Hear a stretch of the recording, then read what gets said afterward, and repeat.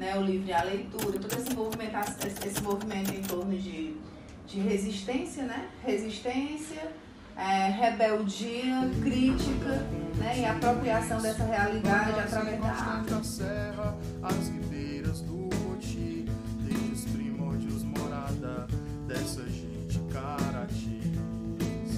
Crateus, a batata de Deyu, Crateus, Ceará, esse Ami, Crateus, Jamachi, faltaram luz, Brevidal tingiu as portas com a proteção da cruz. Verdade.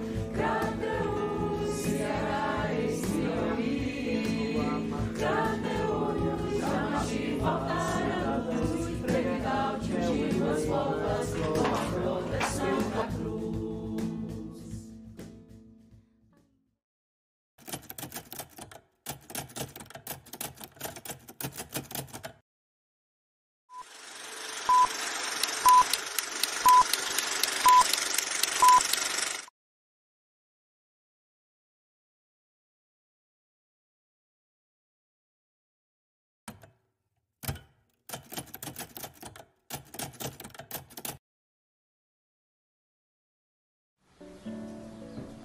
Uma primeira coisa que precisamos compreender é que a história que nós estamos contando é de um país que foi colonizado pela cultura europeia, pelos brancos portugueses, e aqui havia já várias nações, vários povos, e com suas culturas, com sua língua, com suas tradições, e essas culturas foram todas subjugadas, e em seu lugar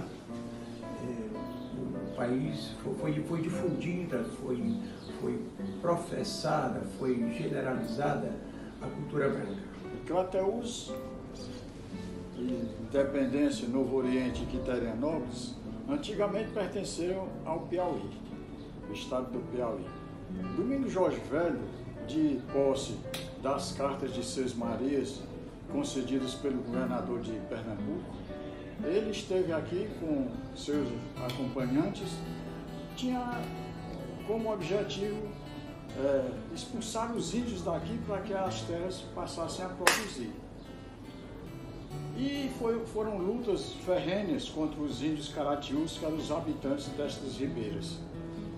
Domingos Jorge Velho passou por aqui há algum tempo, depois que os índios se refugiaram, ele foi para Paraíba, depois voltou. O certo é que, segundo livros históricos, de 1700 a 1703 ele faleceu. A sua viúva, a dona Jerônima Cardim Frois, ela requereu ao governador-geral de Pernambuco a posse dessas terras, alegando que o marido dela trabalhou muito, lutou muito, arriscou a vida contra os índios. E elas foram concedidas para a dona Jerônima. No entanto, ela faleceu. Quando ela faleceu, as terras retornaram ao poder público e foram colocadas em asta pública, e com isso aí foram arrematadas por Dom Garcia Dávila Pereira, que era um dos descendentes da Casa da Torre, por 4.000 cruzados. Era uma quantia muito grande, porque este território aqui também é grande, são 180 quilômetros de comprimento por 120 de largura. Você vê, são as cidades hoje de Crateús, Independência, Novo Oriente, Quiterianópolis, tudo isso aí era um território único naquele tempo, que pertencia ao Piauí. Ficou por aqui até ao Ceará, pertenceu até 22 de outubro de 1880. O Piauí, vendo a necessidade de expandir os seus negócios através do mar, propôs uma negociação entre estas ribeiras de território pelo porto de amarração, que é hoje a cidade de Luiz Correia. E o Ceará aceitou isso aí porque o Ceará ganhava, né? Um território desse tamanho, por uma faixa de terra litorânea daquele tamanho, então o Ceará ganhou. E o Piauí ficou tendo acesso ao mar. Naquele tempo, os negócios eram feitos através do mar, ou então por terra em lombos de animais. Por conta de tudo isso aí, Crateús hoje é uma cidade próspera e começou dessa forma que a gente está dizendo aqui. O acadêmico do Piauí, Reginaldo Miranda, ele me mandou trecho da revista do Instituto Histórico. E lá nesse trecho consta, Luiz, e ele escreveu uma crônica baseada no que Barão de Sturges escreveu, que são 6 páginas dentro da revista do Instituto Histórico, contando a vida de Luzia Coelho da Rocha Passos. Foi realmente ela quem trouxe a imagem do Senhor do Bonfim, que saiu da Casa da Torre. Tudo saía da Casa da Torre naquela época, que era o escritório, era a sede, tudo saía de lá. E veio realmente escravos caminhando essa longura toda até Crateús.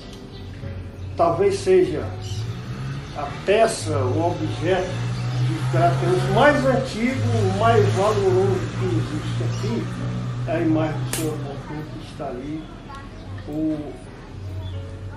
Um acadêmico nosso, que esteja o símbolo aqui, o Raimundo Alcafor, ele reformou, só ele tem autorização de mexer